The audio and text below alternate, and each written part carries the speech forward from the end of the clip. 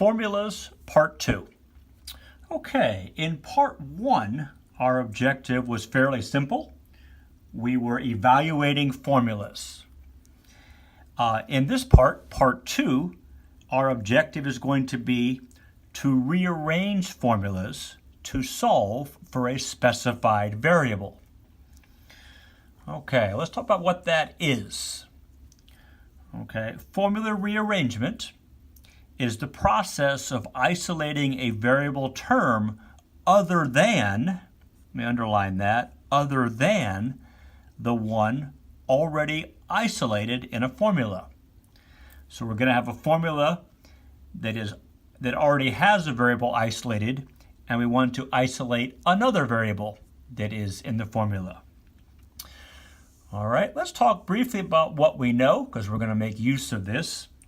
We know about inverse operations, and we know that inverse operations are operations that undo one another. So we know that if addition is involved, subtraction is its inverse operation, and vice versa.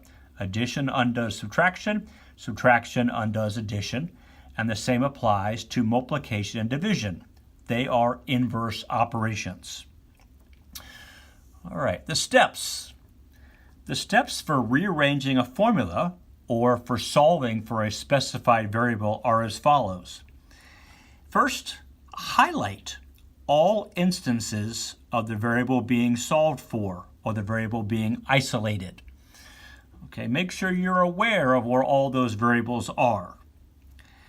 Second, we want to treat all other variables in the formula as you would treat numbers in an equation and perform normal steps, which will be up here. We're going to perform our normal steps of inverse operations that we would perform when we were solving an equation. Okay, as a hint, you're generally undoing what's further away first. Okay, so after you've highlighted the variable, you work from further away and then come in and come closer in. And we'll see an example of that. And third, just to make it look a little nicer, maybe make it look more like people are used to. If it turns out that the variable we isolate after we do all the algebra is on the right side of the equation, we're just going to switch sides. We're going to rewrite it with the side switched so that variable appears on the left and makes it look a little bit nicer, a little bit easier to read. Okay, let's take a look at 3 examples. First example, we have here the markup formula, and this tells us that the amount of markup on something you're selling is equal to the selling price minus the cost. Okay, and we want to solve this for C. Now currently, the isolated variable is M, or M is what the formula is solved for. We can find M. M is equal to selling price minus cost. Okay, we want to rearrange this formula, and we want to make it a formula that isolates C, that solves for C. Okay, let's take a look here.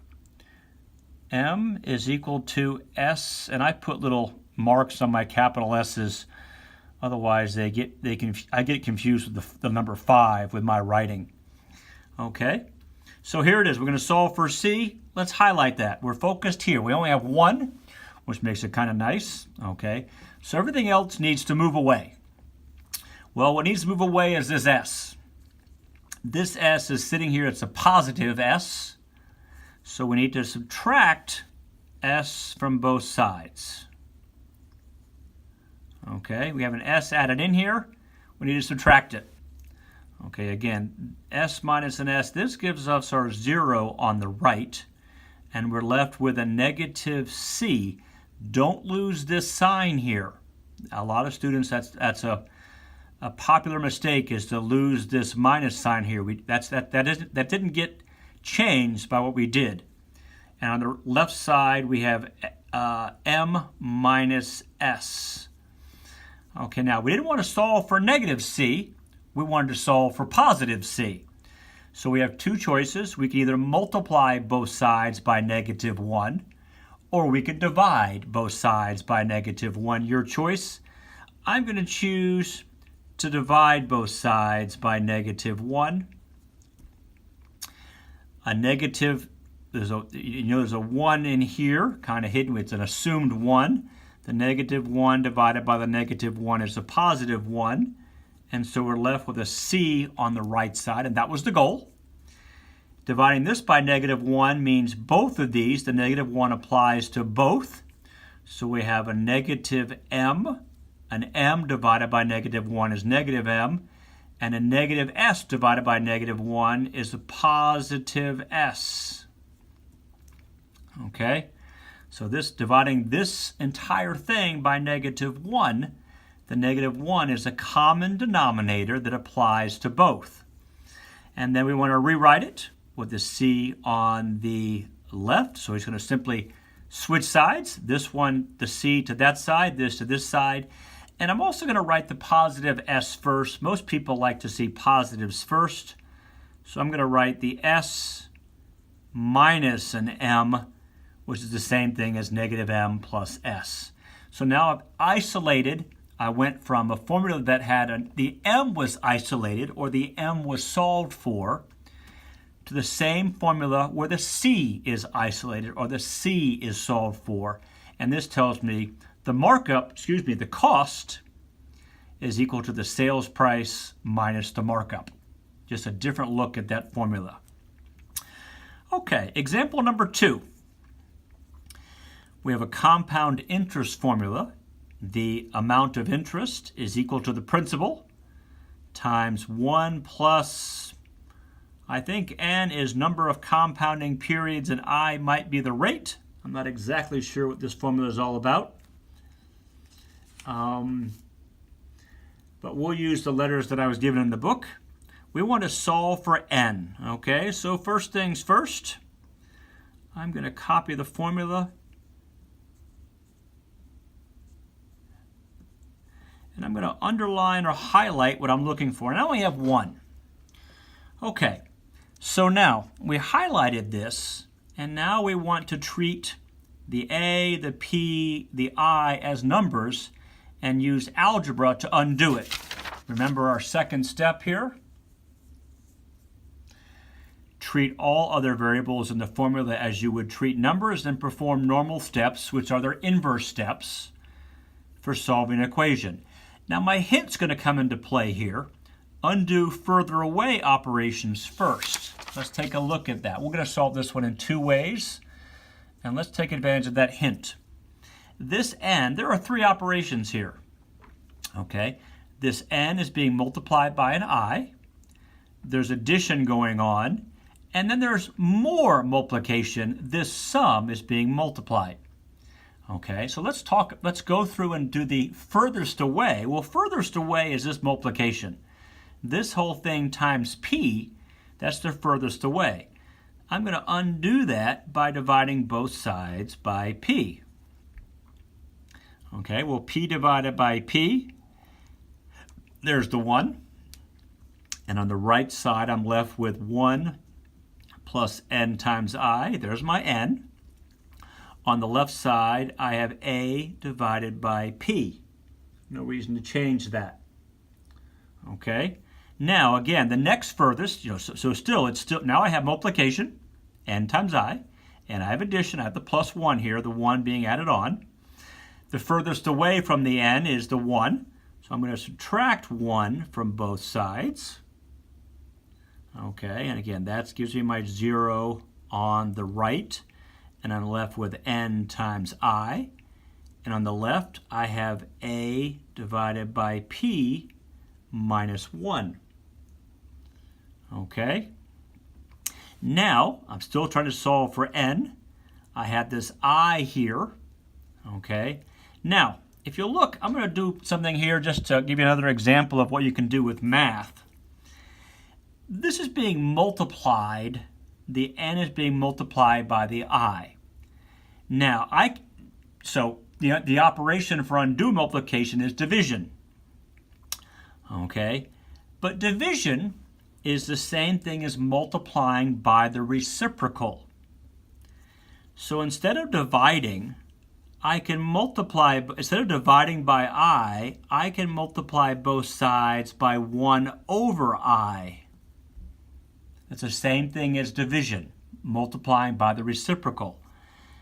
This gives me my 1 on the right, so now I'm left with the n, and I need to multiply both of these, so I have a over pi minus 1 over I. Okay? A over pi minus 1 over I. And I'm happy leaving it like that. So now I'm going to switch it.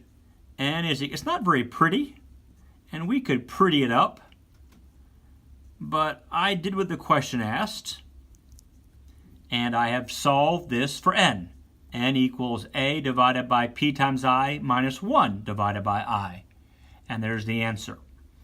Okay, so a couple things get thrown in here. Let's just make sure we understand. I worked from the outside in this case, so I knew that the whole thing was being multiplied by p. So dividing this whole thing by p, the p moves. The p is a 1 on the right side and moves over. This part was fairly routine, subtracting 1 from both sides. I had a fraction over on the right side, and I knew if I divided both sides by I'm dividing a fraction divided by something, and that got messy. So I decided to employ the fact that dividing by something is the same as multiplying by its reciprocal. And so I did that instead. This got multiplied by this, a over p times I, and by this, minus 1 over I, and then I switch sides. Let's solve this one a different way that you might prefer, and it might actually wind up making the answer look a little bit neater. Okay, before I start doing something, I could distribute the p first. So I could choose to multiply the p through. I'm still focused on this n, but I could distribute the p first. Okay, so I have a equals, well, p times 1 is p, and then I have p times n times I. Okay, so I've simply rewritten this distributed. I still have the 1n. And now I'm still going to think about this as furthest away, get rid of furthest away first. Well, here the n is being multiplied by these two things, and tagged on further away is this plus p. So I'm going to subtract p from both sides. On the right side, that's my 0, so that gives me a p times n times I on the right. And on the left, I have a minus p. Okay, again, here's my n I'm trying to solve for. It's being multiplied by these two things. So I can choose to divide it by those two things. P divided by p is 1. I divided by I is 1, and so I'm left with the n on the right side. And I do the same thing to the left side, a minus p over p times I. Okay? And now I'm going to rewrite this with the isolated variable first, so I'm just going to switch these two, and this tells me n is equal to a minus p over p times I. And these two things, believe it or not, are the same. There's just a little bit more. This is two operations. This is two fractions being subtracted. This is one fraction. If we get a common denominator of p times I, which would be a common denominator for this, we would wind up with a minus p as a numerator. If we were to do the math here with the letters, we'd come up with the same answer. So there's an example. It's a little more complicated. Okay, let's look at a last example. This one's a little bit wordier, but a little simpler. We have a formula that's V is equal to P divided by I. Didn't realize I was using P and I again. Represents the relationship among the voltage drop. Okay, the electrical power. So we're getting to some, looks like a kind of an engineering formula. and the current. The voltage is equal to the electrical power divided by the current. Currently, this formula is isolated for V. It's solved for V. We want to rearrange it and solve it for P. Okay, well, here's the formula. P divided by I. Okay, we want to solve for P. I guess I can maybe I'll just put an arrow at it. It's kind of hard to underline it. Well, P, there's only one operation here. P is being divided by I. Well, inverse operation. How do I undo dividing by I? I multiply by I. And of course, I have to do it by both sides. I just put a little X there for multiplication. I need to multiply both sides by I. Well, dividing by I and multiplying by I, because division and multiplication are inverses, that undoes it. And I'm left with P. Kind of hard to make my 1 in this case, but we certainly have seen how that works. And on the left side, I simply have V times I. Most people write letters in alphabetical order, so we'll write it as multiplication with an I and a V. And our final step here, since P is now isolated, is we like to put this on the left. So I'm going to switch the two sides and write P is equal to I times V. Okay, so there's a fair amount of work on formulas, evaluating them, and rearranging them to solve for a specified variable.